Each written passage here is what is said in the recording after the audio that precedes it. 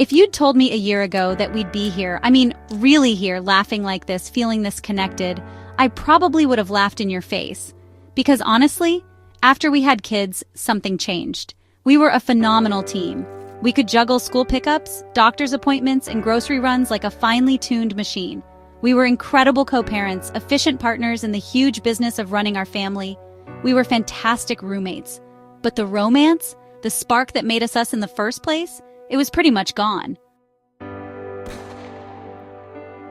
It wasn't one big dramatic blow-up. It was a slow fade. It was the bone-deep exhaustion at the end of the day that left absolutely nothing in the tank for each other.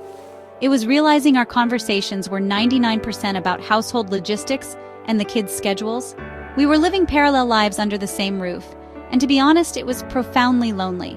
We loved each other, of course, but we weren't in love anymore. We knew we were on a dangerous path, the same one so many couples find themselves on, where you wake up one day and realize you're living with a stranger you happen to share children with.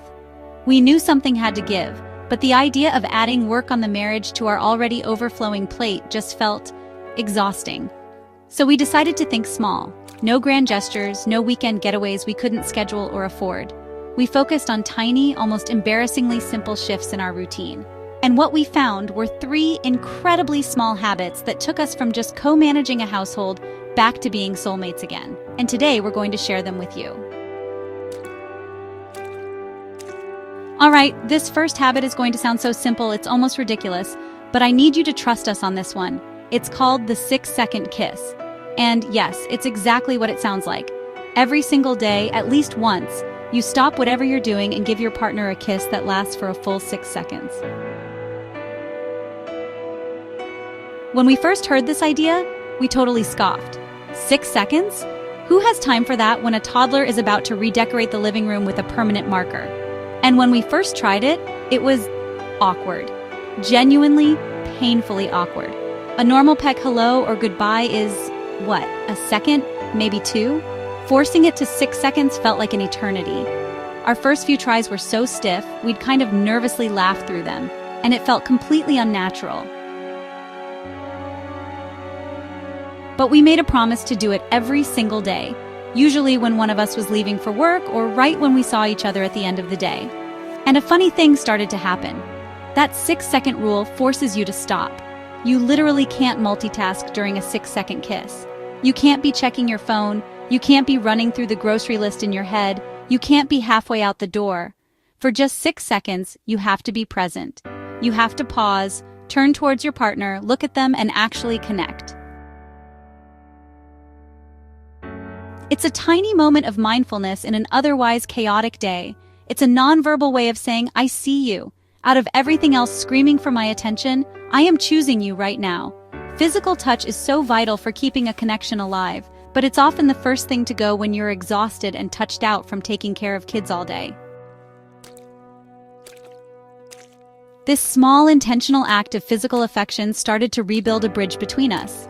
It wasn't about starting sex, it was about starting a connection. Over time, that awkward 6 seconds became less of a chore and more of a cherished ritual. It went from feeling forced to feeling like a necessary moment of calm, a physical reminder that we are so much more than just business partners. It's a tiny deposit in the relationship bank account that, believe me, adds up with a surprising amount of interest over time. The second habit we started gets at the other huge problem we were having, communication. Or, more accurately, the kind of communication we were stuck in. We talked constantly, but it was all business. Did you schedule that dentist appointment? Whose turn is it to do bath time? We're out of milk again. We were amazing co-managers, but we weren't partners sharing a life anymore. We were missing that emotional connection, the friendship part of our relationship. So we made a new rule. Every single day we had to have one conversation that had nothing to do with the kids, the house, or our schedules. To make it easy, we started with a simple question we'd ask each other after the kids were finally in bed. Instead of just collapsing onto the couch and mindlessly scrolling on our phones, one of us would ask, "What was something interesting you thought about today?" Or tell me about a high point or a low point from your day, just for you. It sounds almost too simple, but for us, this was revolutionary. At first, it was actually hard to come up with an answer. Our brains were so wired for family logistics. My husband might talk about a podcast he listened to on his commute. I might talk about an interesting article I read, or a funny memory that popped into my head. We started talking about our own goals again, about our frustrations at work, about silly things we saw online. We started to remember the actual people we were before we became mom and dad. These brief, daily check-ins are all about showing curiosity about your partner's inner world, which is one of the most powerful ways to make someone feel seen and valued. It tells them you care about them as a person, not just the role they play in the family machine. This habit helped us find each other again as friends. And you can't have a thriving romance if you don't have a solid friendship at its core. It reminded us that we actually like each other, that we find each other interesting. It shifted our relationship from being purely transactional to being truly relational again. Our third habit is a little more structured, but it has been the single most powerful tool for kicking resentment to the curb and getting that we're on the same team feeling back. We call it our weekly State of the Union. It's just a 15-minute scheduled check-in that we do every Sunday evening, and we stick to a specific agenda.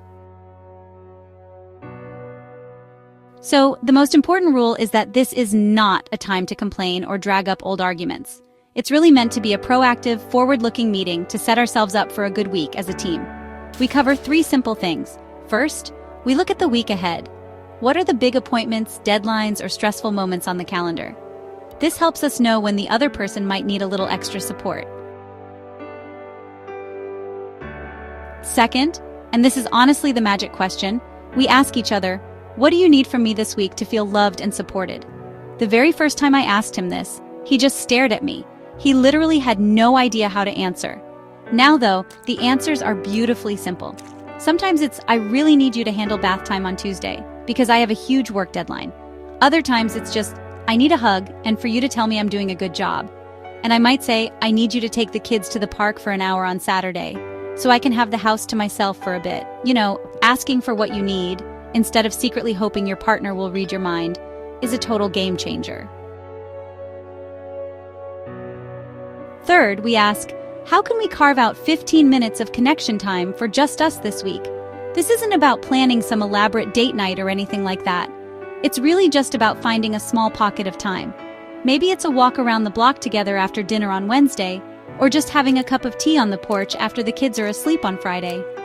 By actually scheduling it, we make our relationship a priority and make sure it doesn't get steamrolled by the urgent demands of life.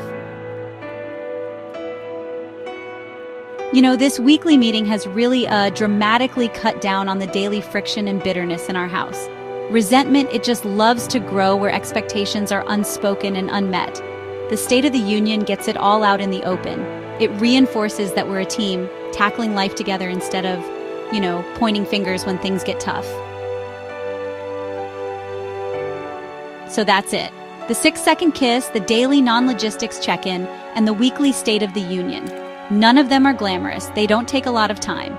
And yeah, they might sound a little clinical, but for us, they were the building blocks we used to piece our marriage back together. The journey from roommates back to soulmates doesn't happen overnight, and it's not the result of a single grand vacation or an expensive gift. It happens in the tiny mundane moments of everyday life. It's built with thousands of small, intentional choices to turn toward each other instead of away.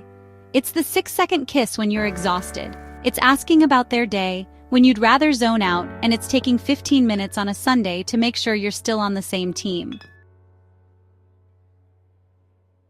Parenthood changes you, and it absolutely changes your marriage. But that change doesn't have to be for the worse. The love you have for each other doesn't just vanish. It gets buried under a mountain of laundry, sleep deprivation, and the crushing mental load of raising a family. These habits are like a shovel. They help you dig through all of that stuff and find the love that was there all along. You really can find your way back to each other. It just starts one small habit at a time. We would love to hear from you. What is one small thing you and your partner do to stay connected in the beautiful chaos of parenting? Please share it in the comments below. Your idea might be the one thing that helps another couple find their way back. Thank you so much for being here.